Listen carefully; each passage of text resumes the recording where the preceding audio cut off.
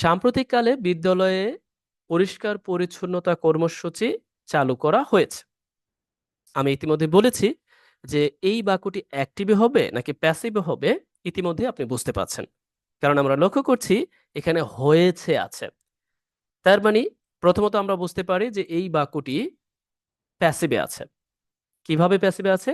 ইতিমধ্যে আমি আপনাদের সামনে পূর্ববর্তী যে পার্টটি আছে সেখানেও বলেছিলাম যে বাংলা বাক্যের শেষে ভার্বের সাথে কাজের সাথে যখন আপনি লক্ষ্য করবেন হয়, হয়েছে, হচ্ছে, হবে, হয়েছিল বা করা হচ্ছে, করা হচ্ছিল, সেই ক্ষেত্রে আপনি সেই বাক্যটিকে কি বলতে পারেন? প্যাসিভ। এখন এই বাক্যের সাবজেক্ট কে হবে? বিদ্যালয় হবে, না পরিষ্কার পরিচ্ছন্নতা হবে, নাকি কর্মসূচি হবে? এইটা আপনি কিভাবে বের করবেন?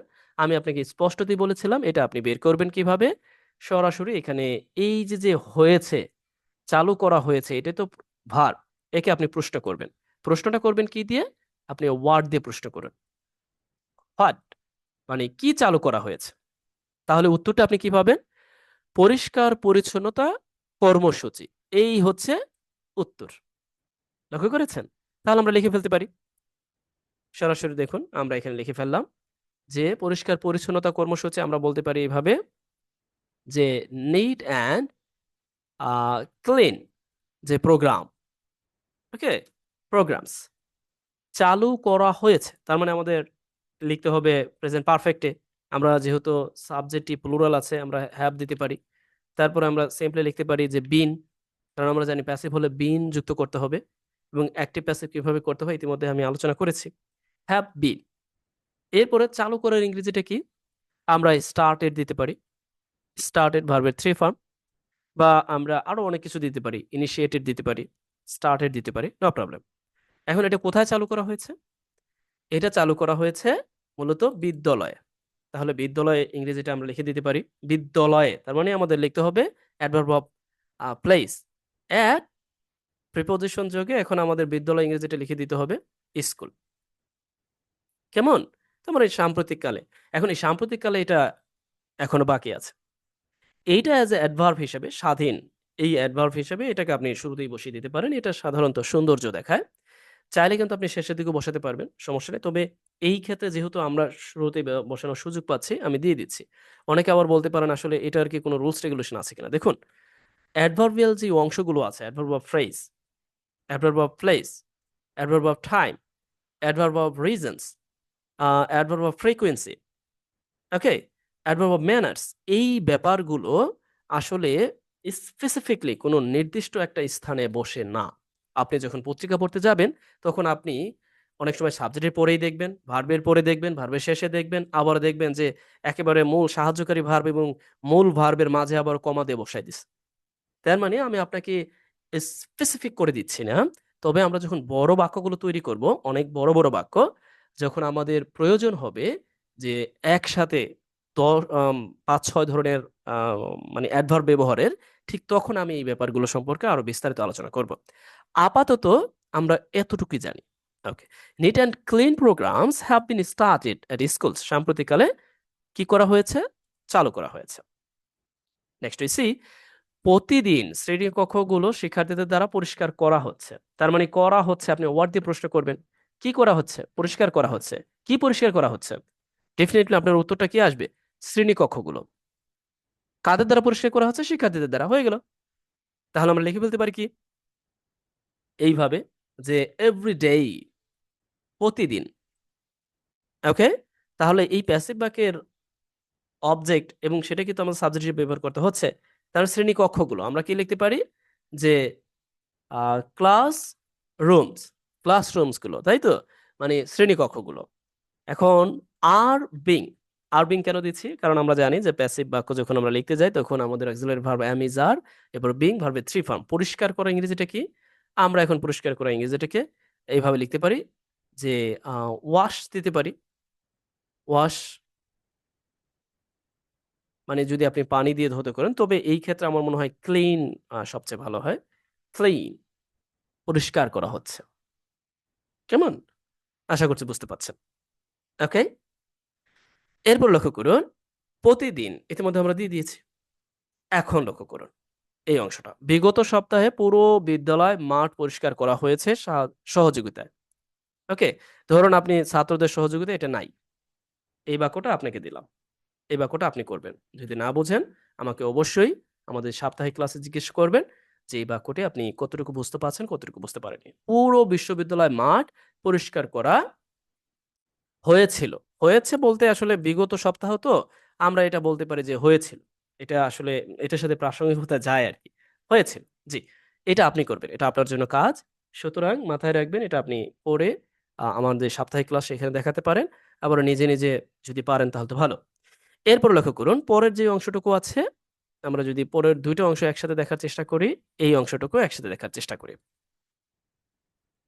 ওকে? লক্ষ্য করুন। আমরা এই বাক্যটি একটু পড়ি। এখন শিক্ষার্থীদের মাঝে স্বাস্থ্যবিধি সম্পর্কে সচেতনতা ছড়িয়ে দেওয়া হচ্ছে। এখন আপনি যদি প্রশ্ন করেন এই অংশটুকুকে যে কি ছড়িয়ে দেওয়া হচ্ছে? কারণ আমরা জানি যে আমরা যখনই লিখতে যাব তখন আমরা ভার্বকে প্রশ্ন করব। আমরা সিম্পলি উত্তরটা পাবো কি? যে সচেতনতা ছড়িয়ে দেওয়া হচ্ছে। সেই সচেতনতা কি সম্পর্কে? স্বাস্থ্যবিধি সম্পর্কে। তার মানে এখানে লক্ষ্য করুন যে আ ভার্ব এবং সাবজেক্ট একসাথে অবস্থান করছে। তাই তো?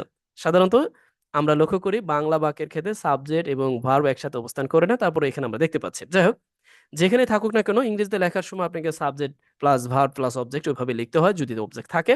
তাহলে আমরা কি করতে পারি? এই বাক্যের যেহেতু এই বাক্যটি প্যাসিভ তার মানে এই বাক্যটি কিভাবে আমরা কি করতে পারি? এখানে উত্তরটা আমরা কি বললাম? যে সচেতনতা। তাহলে আমরা লিখে দিতে পারি যে নাও এখন সচেতনতা। অ্যাওয়ারনেস। অ্যাওয়ারনেস কি সম্পর্কে? স্বাস্থ্যবিধি সম্পর্কে। সিম্পলি আমরা লিখে দিলাম যে অ্যাবাউট আমরা লিখতে পারি যে হেলথ ইস্যু। স্বাস্থ্যবিধি যে আ হেলথ যেই ব্যাপারগুলো আছে, ওকে? এই যে স্বাস্থ্য প্রভিশন গুলো আছে, হেলথ প্রভিশন এই যে হেলথ ইস্যু গুলো আছে এই সম্পর্কে কি করা হচ্ছে? ছড়িয়ে দেওয়া হচ্ছে। তার মানে আমাদের প্রেজেন্ট কন্টিনিউয়াস এ লিখতে হবে। আর প্রেজেন্ট কন্টিনিউয়াস এ লেখার জন্য আমাদের এখন কি করতে হবে? ইস বিইং স্প্রেড ছড়িয়ে দেওয়া হচ্ছে। লক্ষ্য করুন এইখানে মূলত এই অ্যাওয়ারনেস হচ্ছে সাবজেক্ট। এখন অ্যাওয়ারনেস যেহেতু সিঙ্গুলার সুতরাং আমাদের ভার্বটি কি হবে? সিঙ্গুলার হবে।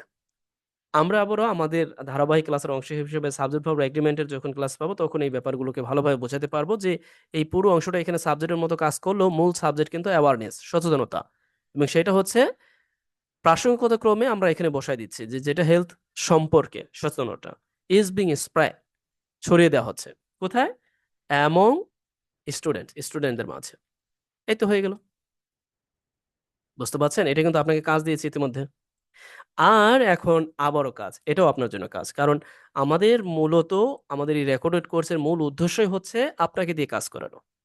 মানে আমি আপনাকে শিখাই দিব, আপনাকে দিয়ে কাজ করানো। সেটা আবার আপনি আমাকে সাপ্তাহিক ক্লাসে বলবেন বা অবগত করবেন, "এটা আমি করেছি বা এতটুকু আমি পেরেছি। আমি এইটা বুঝতে পারিনি বা এটা বুঝতে পেরেছি।" এজন্য আপনার জন্য কাজ থাকবে। যদি এই কার্যক্রম অব্যাহত থাকে, তার মানে যদি এখানে আপনি ইফ বসাইবেন। ইফ যদি এই কার্যক্রম অব্যাহত থাকে, তাহলে প্রতিটি বিদ্যালয়ে একটি পরিচ্ছন্ন ও শৃঙ্খলাপূর্ণ পরিবেশ গড়ে উঠবে। কারণ এটা আবারও আপনাকে কিন্তু কিসে লিখতে হবে? এটা লিখতে হবে প্রেজেন্টে এই অংশটা আর এই অংশটা লিখতে হবে ফিউচারে। এটা কিন্তু আমরা কন্ডিশনের নিয়ম অনুযায়ী দারুণভাবেই পারি। তবে এইটা কিন্তু আপনাকে একটু আ কেয়ারফুলি লিখতে হবে। যেহেতু পরিবেশ গড়ে উঠবে, তার মানে আপনি সেই ক্ষেত্রে এটাকে অ্যাক্টিভলি লিখতে পারবেন। গড়ে ওঠা। অ্যাক্টিভও লিখতে পারবেন।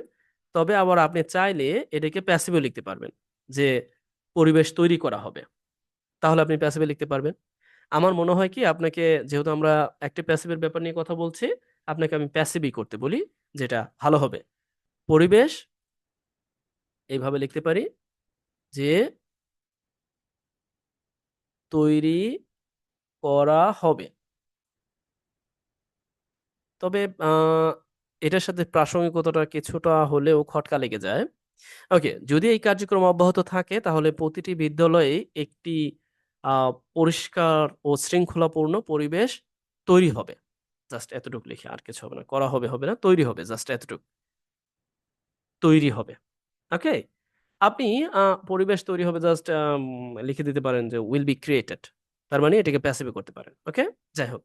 তাহলে এটা আপনি করে দিবেন। আজ তাহলে আমাদের আ ক্লাসের এই পর্যন্তই। আমাদের পার্ট 2 এর অংশ হিসাবে। আমরা ধারাবাহিক ক্লাসের অংশ হিসাবে আরো পরপর বেশ কয়েকটি পার্ট আমরা এখানে যুক্ত করে দেব। কেমন? লক্ষ্য করুন।